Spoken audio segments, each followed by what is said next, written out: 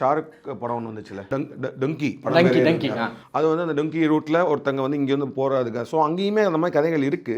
But ஆனால் இந்த கதையில அந்த பையனோட எமோஷன் இருக்குல்ல, அது வந்து ஒரு வார் லேண்ட்ல இருந்து சர்வைவலுக்காக போறதும் இன்னொன்று அந்த எமோஷன் வேற. நீங்க இப்போ இதனால தான் இப்போ நான் பாலுமந்திரா சாரோட சந்தியாராகம் வீடெல்லாம் பார்த்தீங்கன்னா அதில் இருக்க நிறைய காட்சிகள் வந்து தமிழ் சினிமாவில் வராத காட்சி. அது ஏன் தமிழ் சினிமாவில் மற்ற அந்த டைமில் பரவல அந்த டைமில் மற்ற டைரக்டர் இல்லாத புது காட்சியாக பாலுமந்திரா சார் இருந்துச்சா, அது எல்லாமே ஈழத்தோட காட்சிகள். அவர் வந்து அந்த படத்தை எடுக்க முடியாதனால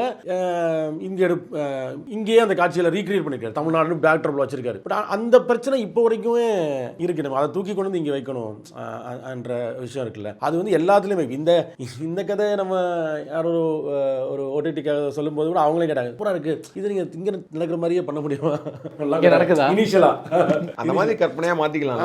அது ஒண்ணு சேஃபர் இருக்குது. ஆனா என்ன பிரச்சனைனா, நான் வந்து அதான் சொல்றேன், எமோஷனா கன்வே ஆகாது.